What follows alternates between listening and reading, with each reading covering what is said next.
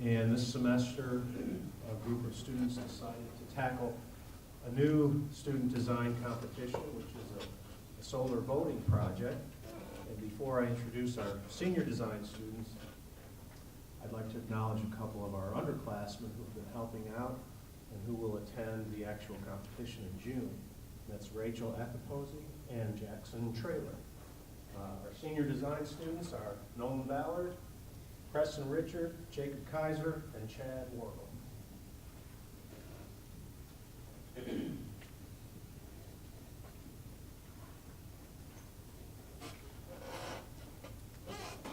Alright, so we already introduced us, but so we did the power and propulsion design for the solar splash competition.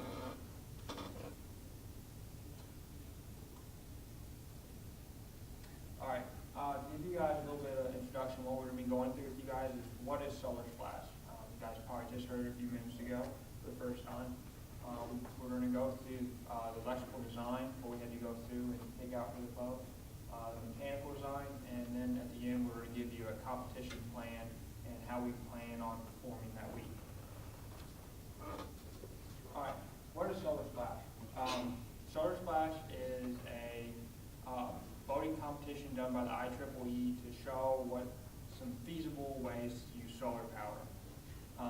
We're going to be competing in a 5-day event, and we'll have to use solar energy stored in batteries to get through the 5 days. This year's competition is located in Dayton, Ohio, and this is the first year USI will actually be competing in the competition. We'll be one out of 17 teams there this year. A little bit of background on it. It's been going on since 1994. It began in Milwaukee and has been located in places as far south as New Orleans and all the way up to Buffalo, New York. We'll be competing in several different categories for 1,000 points. 150 of those points will be stuff like our technical report and how our kit's set up and displayed. And then the other 850 points will be on the water competitions, which I'll go over here later. All right, before we get into the design aspects of the electrical and mechanical stuff, I want to go through a few rules that the Solar Splash puts up that we had to follow when we were picking out components. The first one is the 480 watt solar system. That's just saying our whole solar system that we use to recharge our batteries has to be smaller than 480 watts. The next two rules we see up on there are battery restrictions. 100 pound commercially available lead acid batteries was required. We were allowed to have 2 sets of them. And then the battery pack itself had to be 36 volts or less. So that limited us to a battery pack of 3 normal batteries, 12 volt batteries. Then the 52 volt system max is different because it's, if you take a voltmeter anywhere, put the ground on the battery ground anywhere in the system, needs to read below 52 volts. This limited us a little bit because some of the larger 240 watt panels actually run at a little bit higher than 52 volts, so that's where that spec really came in for the rule. All right, now that Jacob's gone through some of the design constraints and stipulations with you, I'm going to go through the circuit overview, which is going to include the solar panels, solar charge controller, our battery pack, and then our motor controller and our motor. So to begin, we're going to have a 4 solar watt panel system. Each solar panel is going to be 100 watts, which will be connected to our solar charge controller. This charge controller is going to regulate how much voltage our battery pack is going to be seeing. Battery pack is going to consist of 3 12-volt lead acid batteries that are connected in series to create a source voltage of 36 volts. This will then be fed into our motor controller. Our motor controller is also an inverter because we have a 36-volt AC motor. So when going through solar panel selection, we first needed to find out how a solar panel actually works. The solar panel is made of 2 silicon wafers, one that is negatively charged and one that is positively charged. When the sun reaches the solar panel, photons enter the conductors, and that releases When the photons hit the conductors, this causes vibrations, releasing electrons. Once the electrons are released, this creates a current, and they are picked up by some DC connectors at the bottom, and this is turned into DC energy. The two types of solar panels we considered, the two main ones in industry are a thin film panel and a crystalline panel. As you can see, the crystalline panel is much more efficient, which means that you do not need as many solar cells, which means you can have a smaller panel. They are more expensive though, because they're made of a higher grade silicon. Since size was an issue and efficiency is always important, we decided to choose the crystalline panel. This is a 100-watt panel. We found one that was extremely lightweight, which is also very important, only 4 pounds. It is also very flexible and durable, which creates many opportunities for different mounting positions on the boat. The next phase was finding a solar charge controller. The solar charge controller is going to regulate the amount of voltage and current that is coming from the solar panels to the battery bank. There are 2 types of main solar controllers. One is a maximum power point tracking controller, which is more on the power side. It tries to find the optimum output voltage of the solar panel and apply that to the battery. The other type is the pulse width modulation charge controller, which is extends more to conserving the life of the battery. When the pulses of high voltage and current are applied to the batteries, this actually helps clean off the lead center or the terminals from any battery solution that could come with it. So we chose this controller. It actually is a 3-stage charger. First stage being a bulk charge, which we'll see on the next slide here, which is the first stage. It's about 41 volts. And then after the battery reaches about 80% efficiency, it goes into the pulse width absorption stage. As time goes on, the current is actually lowered. This is compensated with the pulse width by increasing the frequency and the amount of time the pulse lasts. Once this happens, it enters a float charge, which is about 95% capacity of the battery, which is approximately 40 volts, which will be the maximum voltage for the battery. The 4th stage is an equalization stage that we actually don't have to worry about, and is controlled by dip switches in the controller. It's mainly for flooded batteries or batteries that have been drained heavily. So one of the major decisions we had to make was a motor selection. And to help us with that, we came up with a design of a decision matrix to choose the right motor. And our choices were weighted on criteria that we thought was very important, such as power, efficiency, the actual weight of the motor, torque, and cost. But another decision we were faced with was to use an AC or DC motor.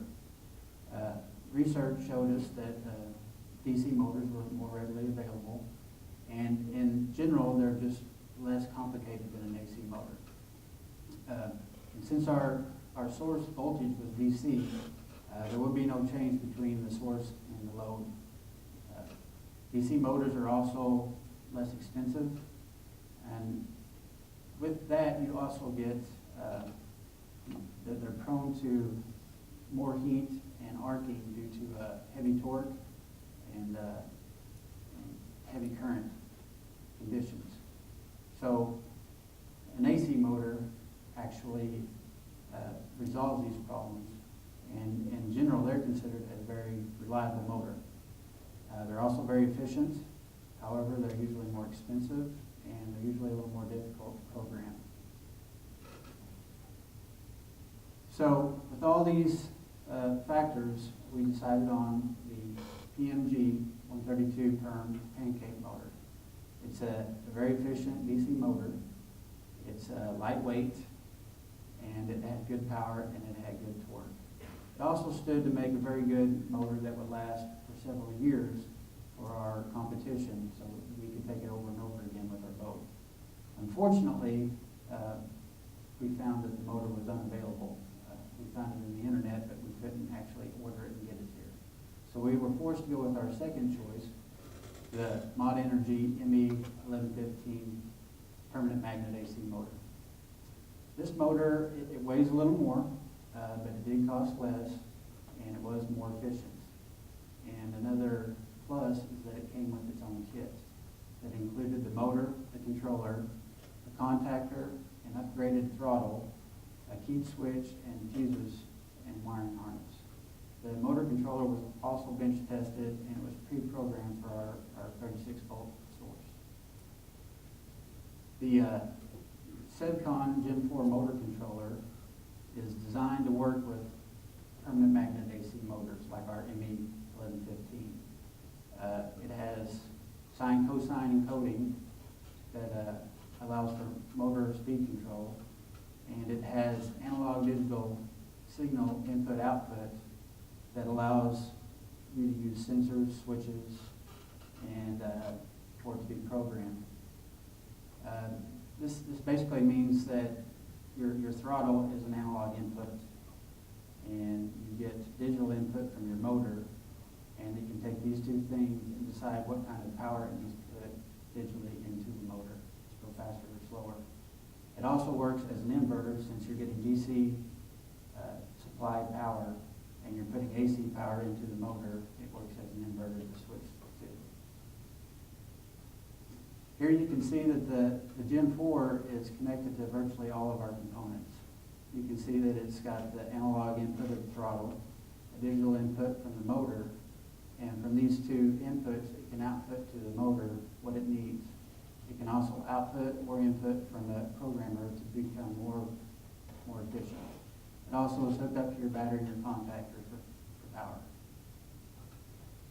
Once we decided on a motor, we were able to come up with our power calculations. The ME1115 is designed for all types of uses. It's not just designed for our particular use. It's able to use up to 96 volts source voltage, and to have 12,000 watts of power at 5,000 RPM. Of course, we're restricted to just 36 volts, so that boils down to we're really only getting about 4.5 kilowatts of power out of the motor at about 1,800 RPM. And this draws a current of around 125 amps. Our next decision was to pick batteries. Again, the competition is going to restrict you on certain types of batteries, and the restrictions are they can only be lead acid, and your boat is only allowed to have 100 pounds of battery in the boat at any one time. However, we are allowed to come to the competition with 2 sets of batteries, each weighing 100 pounds, fully charged. So, for our purposes, we decided to go with a 3 battery source that are wired in series to give us 36 volts. And we thought, since this is our first competition, that we should probably choose maybe 2 very different types of batteries to see what kind of testing we can get out of them. So our first choice is the Optima Red Top 7525s. This battery is more of a starting type battery. It's designed for a large inrush of current, but it's not designed to be fully discharged. The rating for this battery is 45 amp hours, and by our calculations, if we're running a full load on our motor, it will last roughly about 18 minutes. The second set of batteries is the UB12500. It's a deep cycle battery, which means that it's designed to be discharged more than the red tops. You can run it down, not all the way, but you can run it down a lot more than the red tops can. And again, it has a rating of 50 amp hours, which we figure with a full power of 4,500 watts should last around 20 minutes. All right, next here we have the mechanical design. It is split up into 2 different groups. We have the steering system, and then we also have the outrun. The steering system, we originally thought of doing a pulley system, pulling cable system to route back. To turn the wheel, one side would wind up while the other side wound down, turn it left to right. We ended up deciding this was going to be way too complex and buy a steering kit. This uses a rack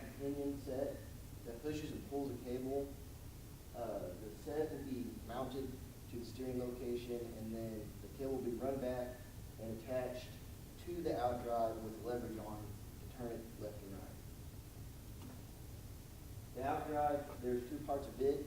You have the powertrain, and then you have the mounting system. Powertrain connects the motor to the lower unit. The lower unit is what actually houses the prop and the gearing system down there that propels the boat. The main part of the powertrain is the coupler. The coupler is in three different pieces. The first piece being the adapter for the motor. The motor shaft was a 7/8 heated shaft, and then the lower unit shaft was a 7/16 shaft. So this had to be 7/8 and this had to be 7/16, and they both had to mesh into each other. And this is where the third part comes in, the spider. The spider is basically a rubber joint that allows misalignment and keeps down vibration of the system. Also, running this shaft from all the way from the bottom to the top up here for the lower unit, you need support to keep it from vibrating itself. So I added a bushing here. The lower unit attaches to the outdrive by two bolts. One here, and then one that has to actually come through this hole and be bolted up here. Next, we have the mounting system. The mounting system is important because it allows you to steer and adjusts your trim up and down. This blue block here has two bushings on it with the brush washer on either side, and the pin runs through it. This will allow the boat, or the outdrive system, to actually turn left and right. Next, with this pink and yellow piece here, this controls the trim.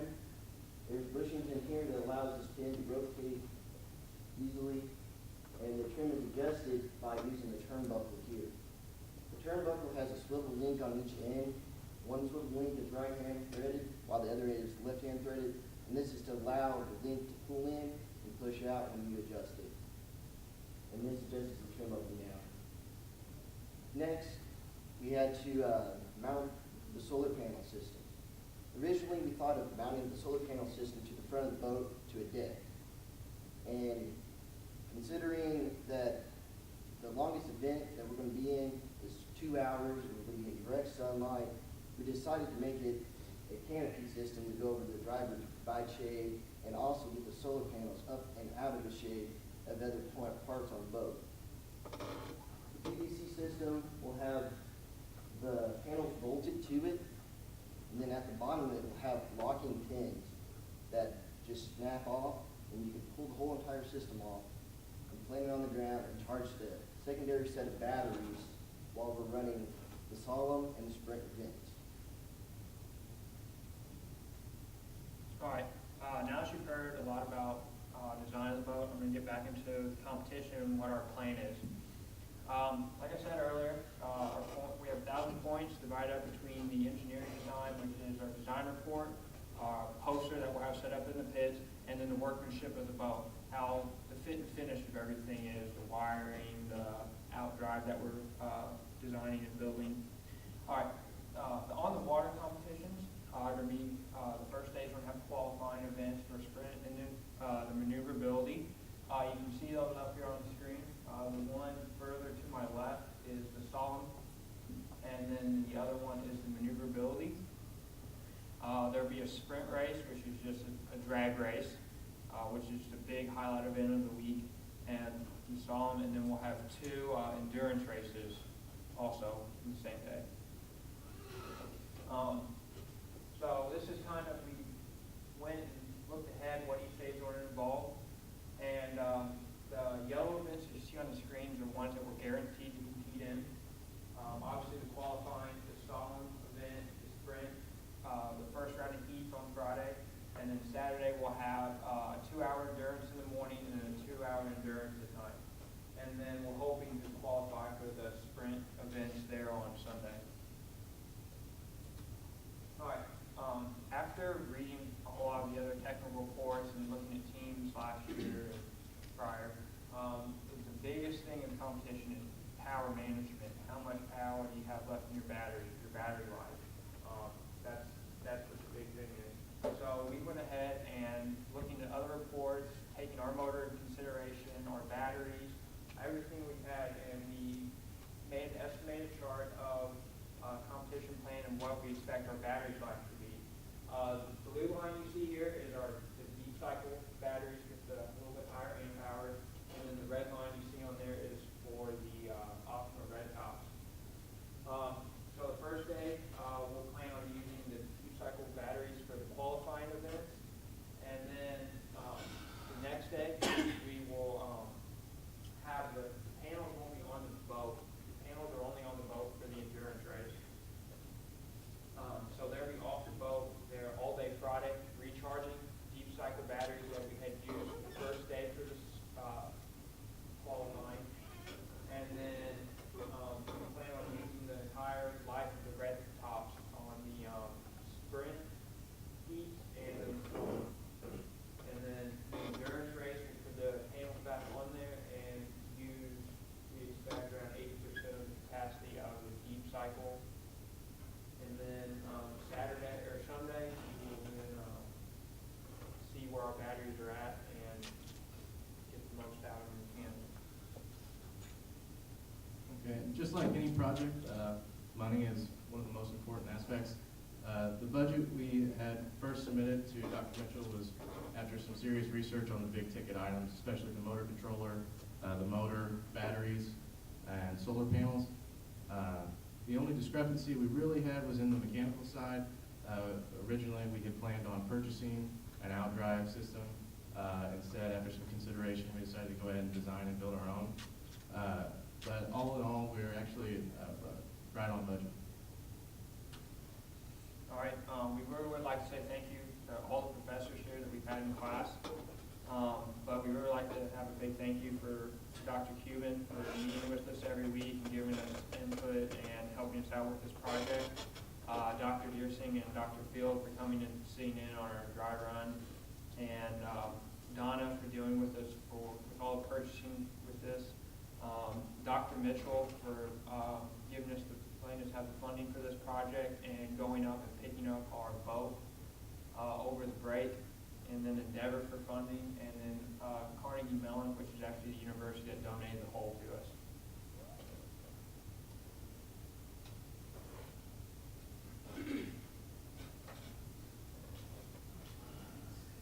Questions? I have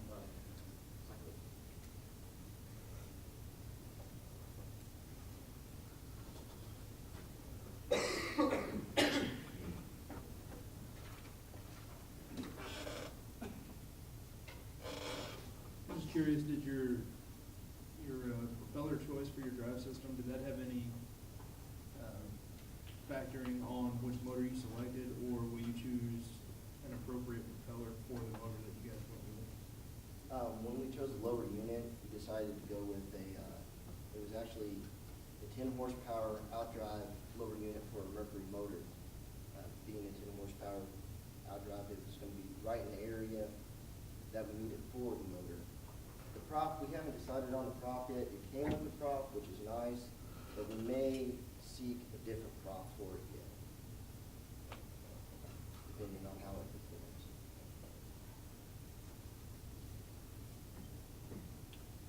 Did you guys do any strength calculations on that frame to support the panels above the driver?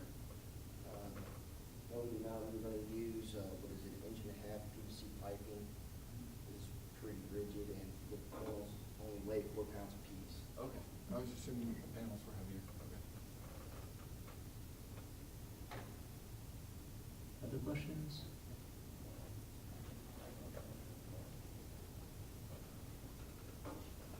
Preston, was it you that mentioned something about the frequencies of the propeller? What kind, or the mounting? What kind of frequencies would you be worried about, and do you think you'd ever actually approach those in a race? I don't think I can mention. Who was it that mentioned? Frequencies. Frequencies was in the electrical department, but, I mean, the only thing I really am worried about with that is the motor weighs 30 pounds, and it's going to be bouncing up and down, and that's going to be jarring the system, which I've faulted up in several different places to account for that. But besides that, I don't foresee any problems.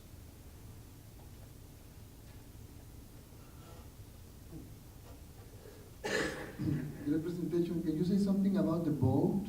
You know, where did Dr. Mitchell go to pick it up and, you know, things like that, the dimensions? The boat?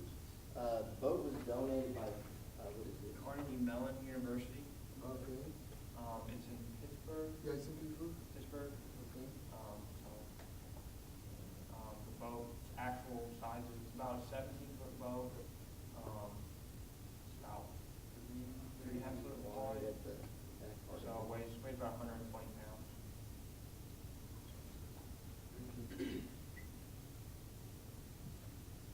Other questions? Edward.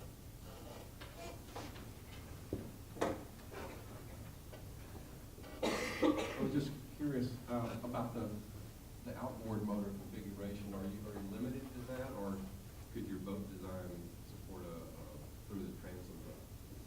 We did originally look at using an inboard versus an outboard, but the main complexity with an inboard is you have to run the drive shaft through the gimbal housing.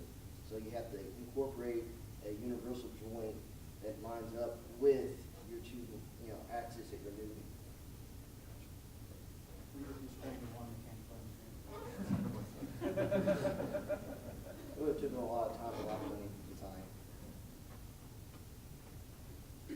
All right, any other questions?